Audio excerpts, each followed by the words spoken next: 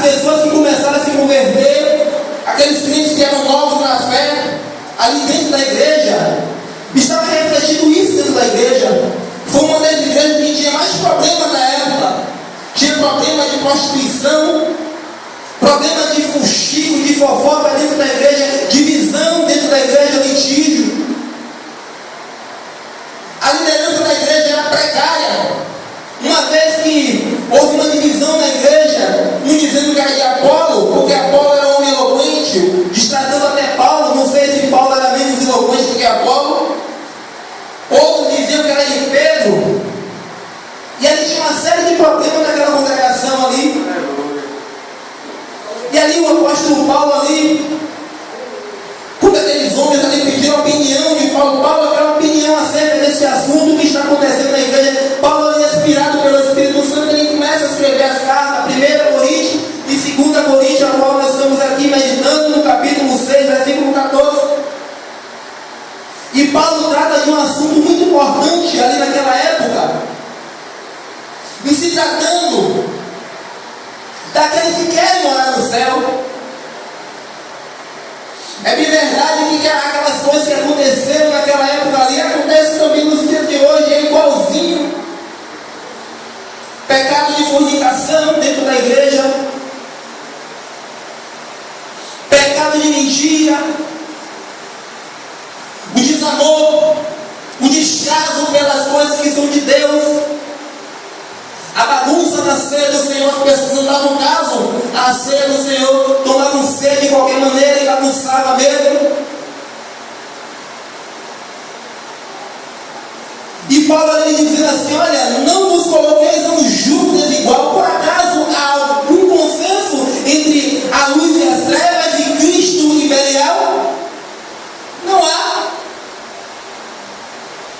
Queridos, parece que a nossa igreja está passando por uma situação semelhante àquela, aonde quando menos os profetas se manifestam dentro da igreja para ser revelado aquilo que está oculto, e aí Deus começa a parar de operar os sinais que deveria operar em nosso meio, e a gente vê a glória de Deus se manifestando e pessoas se maravilhando, e os ímpios lá fora ficando perplexos pelas coisas que estão acontecendo no meio dos crentes.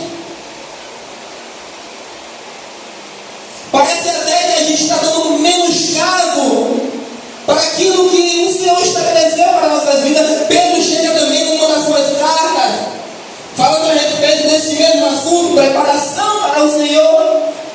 Preparação que quer dizer separação entre as coisas do mundo e as coisas de Deus, o qual não há consenso, a qual não há como misturar.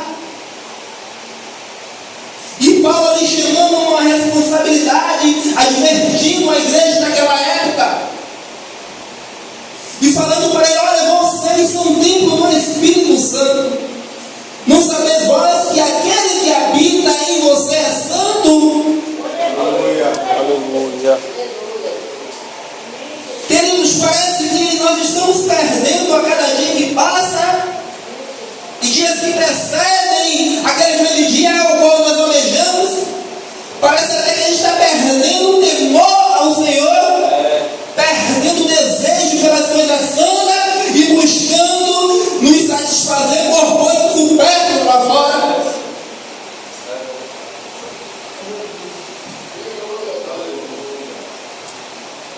Parece até que a gente está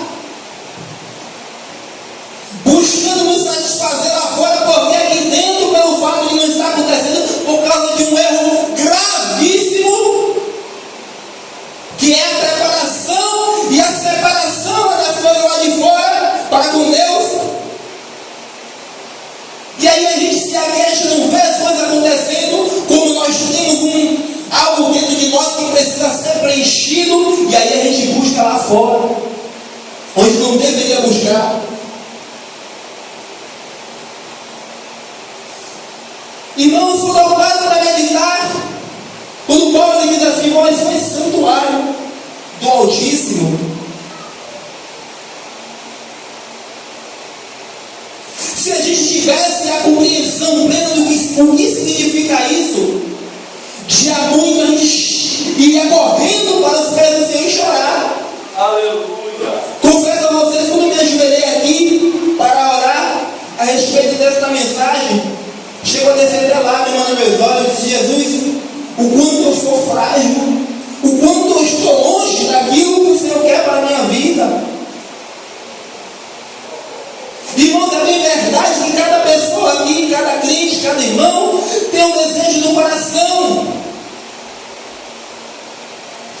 todavia é aquilo que é do Senhor que deve prevalecer em nossas vidas.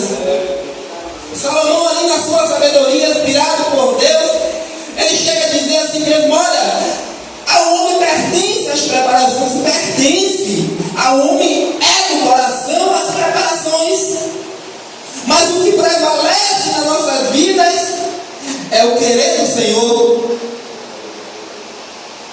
E aonde é que está o querer do Senhor para nossas vidas? O querer do Senhor para nossas vidas está nisso aqui, depende disso aqui.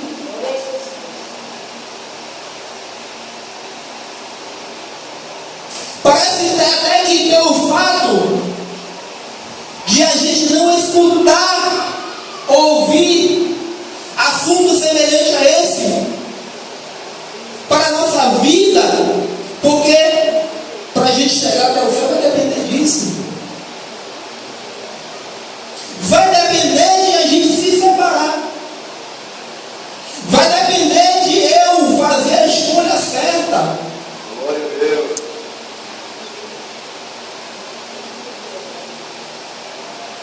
Não toqueis nada imundo, eu vos receberei, eu serei para vós pai, e vós sereis para mim filhos e filhas, diz o Senhor Todo-Poderoso. Mas o que é o Filho de Deus? A figura plena do Filho de Deus é o Senhor Jesus Cristo, que veio, a figura padrão do Filho de Deus, a figura separada, a figura plumo, é o Senhor. O apóstolo João, ele chega até mesmo a dizer: olha, aquele que disse que esse cadeiro também deve andar como ele andou.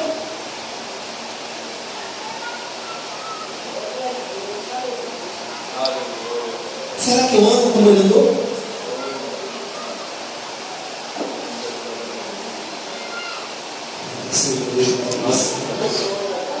Irmãos, eu olho para lá para fora o mundo, os bombardeios. Você chega, compra um jornal, ou liga a sua televisão para ver um noticiário bom que venha satisfazer você e dizer: não, você não vê nada disso. Você vê bombardeio, você vê pecado na mídia, você pega um jornal, você vê lá estampado na capa do jornal uma mulher seminua, o espírito da sensualidade que operava lá no templo da igreja Corintos. Você vê estampado lá na televisão um programa satânico chamado Big Demônio ou Big Brother, sei lá como se diz essa porcaria. Aquelas pessoas ali sem despida, mostrando, divulgando a sensualidade, ensinando que a vida ela é um mero jogo que depende de esforços para ir até ao fim lucrativo, sei lá como expressar isso. E aí eu me prendo a esse bombardeio e desvio de Cristo, perco a vontade de ler a palavra de Deus, perco a vontade de orar, perco a vontade de evangelizar, e por aí vai uma série de problemas, uma reação em cadeia no meio do povo de Deus. Aleluia. Misericórdia, Deus. Louvado seja Deus para todo sempre. O Senhor chegou e disse assim mesmo, que um abismo lhe conduz ao outro abismo. E aí eu de cá, meditando nessas coisas, vejo uma imensa cilada. O meu adversário armando a teia, colocando todos os meios de ilusão, todas as armadilhas, que muitas delas, para confundir o infeliz, ele é tão sábio que muitas das armadilhas não é nem pecado, mas desliga você de Deus, toma o seu tempo, rouba o seu tempo das coisas de Deus. E ali eu vou e caio. Louvado seja Deus para todo sempre. E o apóstolo Paulo ali, inspirado pelo Espírito Santo, ele diz: olha, não quero que nem nele toque. Deus está falando. Deus falando através do seu filho: olha, não toqueis nada impuro. Louvado seja Deus. Irmãos, o que a igreja precisa nesses últimos dias é de uma injeção. É de uma injeção dada pelo Espírito de Deus para a gente acordar. Aleluia, Jesus. O que a igreja do Senhor nesses últimos dias precisa do colírio que está escrito lá no livro do Apocalipse. Precisa de vestes novas. Louvado seja Deus para você. Você tem uma jornada pesada no seu trabalho. Muitos até mesmo não têm nem tempo de orar de manhã quando acorda, para dar uma primícia a Deus. Deus, eu vou entregar aqui de primórdio que é do Senhor, para depois ir para o trabalho. Muitos acordam atrasado e vai no meio do caminho, ora de qualquer maneira ali e vai para o trabalho. Não temos mais aquilo que tínhamos de como acordar 1 hora antes, ou meia hora, ou 10 minutos, não sei, e entregar a Deus aquilo que é de Deus. Já acordamos e damos logo a César o que ele faz. César, o que é seu aí, ó? E a Deus não. O que é César? Dá a César o seu trabalho. Dá a César aquilo que é concernente às coisas deste mundo. Dá a César não é pecado, mas se torna um pecado quando você dá mais a César e menos a Deus. O apóstolo Tiago ele chega a dizer assim: aquele que sabe bem e não faz, ele comete pecado. E aí a nossa vida se embaraça nas coisas deste mundo.